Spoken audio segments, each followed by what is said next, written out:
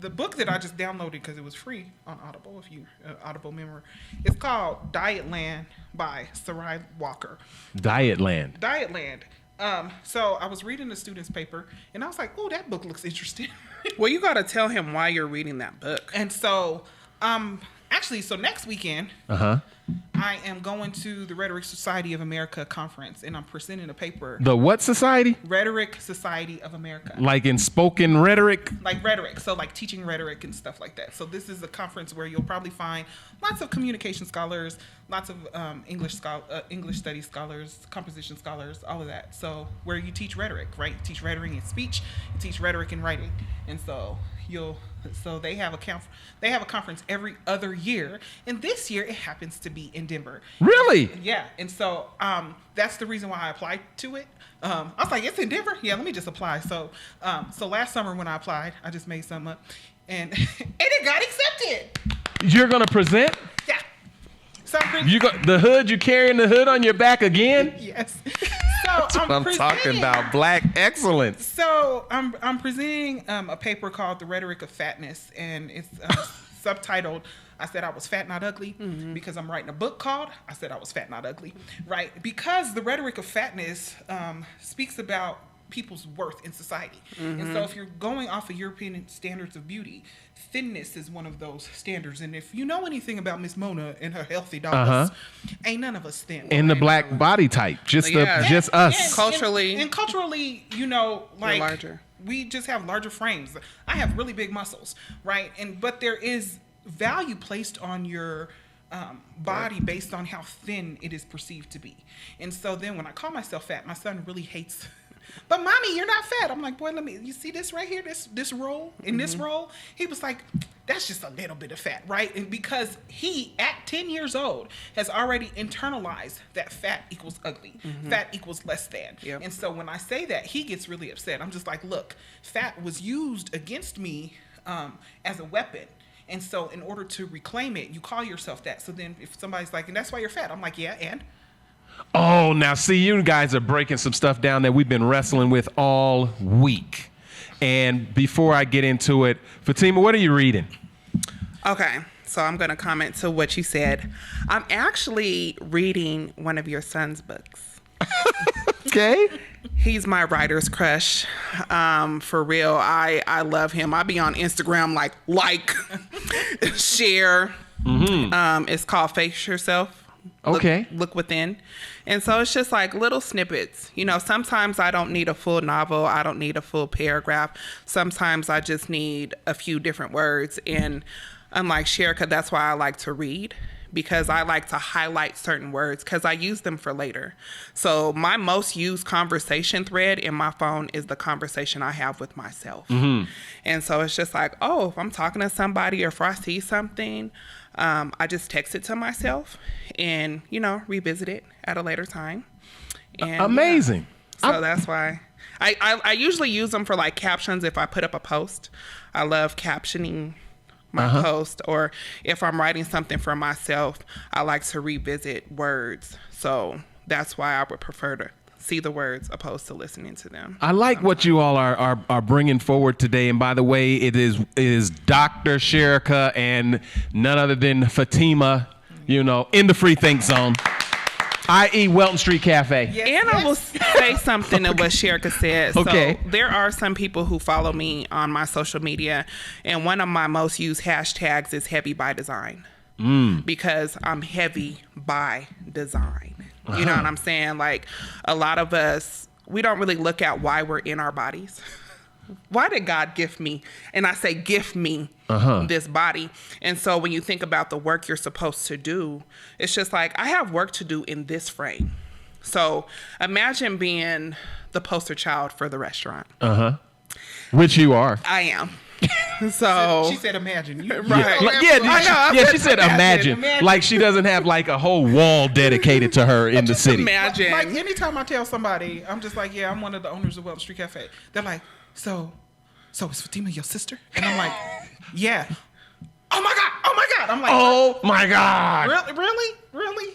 I'm the girl next door. She is the one. As much as possible, but to carry that type of weight, I have to be heavy. You know what I'm saying? That's like emotional weight, mental weight, like all of the things that people bring to you, their life. I'd be in the grocery store, they're like, man, let me tell you about my life. And I'm like, how did I learn about your whole family tree in 5 minutes? And so when you are front facing service people, this body has work to do. It has purpose. And so I'm proud to say that I'm heavy by design because God blessed me with this body to do the work. Okay, now, Dr. Sherika, you said that growing up, folks used to try to use your weight as a shaming.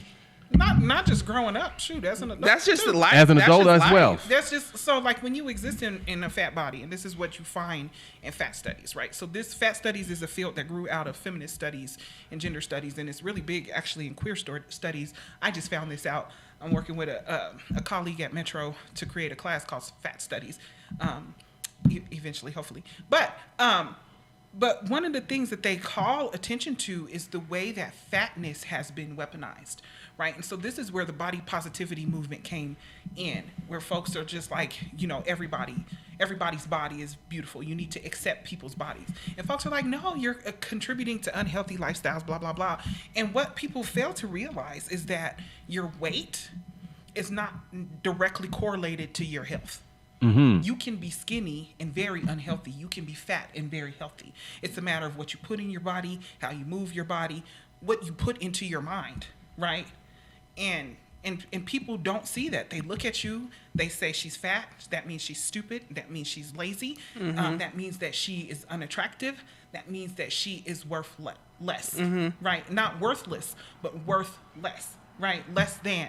And so, you know, these are the narratives, right, that have been told about fatness throughout history. And so coming at it from a literary studies perspective, I'm always looking at what stories exist about fatness, right? Coming from a family of very healthy, right? And when I was growing up, we never called each other fat. We called each other healthy. Right? She's real healthy, right? Coming from a lineage of very healthy women, you know, it wasn't until, you know, I went to college that I started seeing people kind of looking at my body like it was disgusting. And I'm just like, that's interesting, because I never experienced that really growing up, kind of submerged in the Black community, right? It wasn't until I went to the University of Northern Colorado, where there weren't very many Black folks, that you actually see kind of the rhetoric or the narratives around bodies shifting, where you see really skinny people calling themselves fat, and you're like, where? Right? You probably could eat a pork chop sandwich. I don't even eat pork, but I just really just want to give them a pork chop sandwich. So much, right? Right? And it's just like you see those narrative shifts. And so for a long time, I'm like, this absolutely has to be cultural, right? In the way that people conceive of fatness. But the narratives around fatness still exist. And you know, fatness is weaponized against people in larger bodies to try to make them feel less good about themselves. And so what you shared is academically or also a movement. Did you say positive affirmation movement? It's the body positivity movement. Okay, body positivity movement. I'm glad that you're here. I'm glad that Fatima's here, because had you not been here, this would have been some information the community may not have come about for quite a while, because when things are getting studied and, folks are being academic about certain things, they're doing white papers and they're talking about what's happening, outside of the academy, that information doesn't often make it to this level of community. Right. And so you're talking about, even as an adult and young, or just the whole body shaming and all of the, calling of names and all of that, you were able to reconcile all of that and switch it in the same way we did with the N-word. Yeah. And reclamation studies are like really big in queer studies, right? Reclaiming the word queer, reclaiming the word bitch, yeah. right? Reclaiming the word fat, yeah. right? Those are all things that you have to do, because it's just like, you know what? I'm tired of feeling sorry for myself. I like in 2017, I lost a lot of weight. I lost like 40 pounds.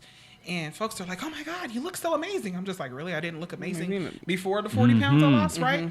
And then like my doctor started taking me seriously about the pain that I felt in my body, because it wasn't attributed to my weight. Like, I have knee pain. Oh, I don't even get on the scale. I have chronic knee pain. She told me to lose weight. I lost 40 pounds. She said, how's your knee pain? I said, it's worse. Yeah. And then she's like, oh. So then she actually had to take serious my pain. Right. And so let's talk about fat shaming in medical practices. Yeah. I right? said. Your BMI, I'm morbidly obese, by the way, if anybody cares. And folks are like, no, you're not. You're not my 600-pound life. Yeah. The scale to be morbidly obese is not that much. Right. And so like just knowing kind of like the medical terminology surrounding it. I went to see an endocrinologist to see if there was something wrong with my thyroid. My thyroid is fine. My metabolism is extremely slow. And so anytime I lose weight, my body works really hard to gain it back. So I lost 40 pounds in 2017. It took me less than a year to gain it back. And then shortly thereafter, COVID hit. And then I gained 10 more pounds plus 10. Right. Wow. And so Fatima, how did you come to like there's this self-love about yourself? You just do that, or did you fake it till you make it, or did you do the affirmation and all the different things? Because you all have this love of yourself, love of community, love of blackness, love of the culture, love of all of the different things. I guess. And you have to always carry that too. You know what I mean? It's And that could be a burden. That could be heavy. Well, when I was in high school, I cheered for East, and I was the heavy one. They're like, East got a big girl. And I'm like, that was me, because in all actuality, my body is bigger, but my body is able. You know what I'm saying? Like, I can do that. Now, if you run around the corner, I'll get there. We just not running at the same pace. You know what I'm saying? So I'm very much able. So if we want to talk about lived experiences in a bigger body, Rhonda, bless her soul, we would always have this lasting joke, bet your man's a fan. Because like when you're servicing at a restaurant, and smaller women would often come in with their partners, and she looking at us and we looking at her like, honey, your man is a fan. When he come in here with his homeboys, he got a whole different story that he's saying to us. So he's very much interested. And a lot of times men are interested in the person or the woman or the being you stand for. This is just nothing at the end of the day. So where do we go with this movement? And also, what advice do you have for folks that are like, they might not be attached to the academy. It might not have reached their community. It might not have reached their household. They might be the pioneer of, reclaiming and loving oneself. How do they get started, tap in, or is there any advice that you two have to offer? Well, I would just say it's a journey, right? It's not going to happen overnight. Like, so when I was telling you about 2017, that was 7 years ago. It took a long journey for me to just like, why are you so obsessed with the scale? So I stopped weighing myself. I stopped weighing myself because it's discouraging, right? You get on there, you're working hard. You're like, yes, I done lost 5 pounds. You done gained 4. It's like, what? Right? The scale doesn't tell the whole story because weight does not equate to fat. And so you have to determine what are your hangups. I was obsessed. I wear a Fitbit. I was obsessed with getting my 10,000 steps every day. I was obsessed with how many calories I burn, how many calories I put in. And it became an obsession and it became very unhealthy. And I'm just like, well, for what? Right? And then life took over and I couldn't work out as hard. And then it just started slowly coming back. And then I was depressed and I'm just like, why am I so like stuck on this? And then I kept learning about this book by Roxane Gay called Hunger. And it's a memoir and I love memoirs. So if I'm seeking out, I seek out memoirs, in particular memoirs written by Black women, because those voices are often stifled in literary studies in general. And so I seek out memoirs written by Black women. And Roxane Gay, big woman, I think she starts off, she said, this is not a fat memoir where I tell you where I was at my heaviest and tell you where I was at my lightest. Because her heaviest was like 500 and something pounds, right? And she was like, and you know, she has some trauma attached to her weight gain. She was gang raped when she was 12, and then she started eating and putting on weight as armor, right? And so, yeah. So that was one of the books I came across that I was just like, that's interesting. Another book I came across, which is another one of my favorite memoirists, is Kiese Layman's Heavy, right? And he talks about having an eating disorder as a man, as a black man, right? That's not the poster child for anorexia and bulimia. And that's not something we talk about. And that is definitely not something. I've we never talk heard about. black men talk about any of this. Right. But, you know, I've talked to different black men, and or men in general, and I'm just like baffled to the extent that they have insecurities about their bodies that we don't think about. Like men I've talked to, they're like, man, I'm skinny. I don't like being skinny. And I'm just like, well, what's wrong with being skinny? If I could take some of this fat and put it on you, I would, right? And so just after just talking to different people about their bodies and the things that they're hung up on, I'm just like, why? Why do we try to strive to be at these unattainable standards? And that's not how our bodies were made. My mom said, you're not going to measure a Chihuahua and a Saint Bernard on the same scale. So why do we do that with people? What do you say, Fatima? What advice would you give? And also just to affirm or to just be comfortable with who you are in a world where everyone expects you to be something else when you aren't something else. You are who you are. Where would you which direction would you point The them to? advice I would give is to continue learning who you are. I am not my body. And my other hashtag, I am love. So let all that you do be done in love. So when you continue to do the work on yourself, you love yourself, other people love you. They love the being of you, the spirit, the soul. I'm nothing but soul. I am not this body. I'm not my hair, because, you know, that's a whole different subject. But it's just like, we just have to live in those lights of all of this stuff is temporary anyway. So Wow.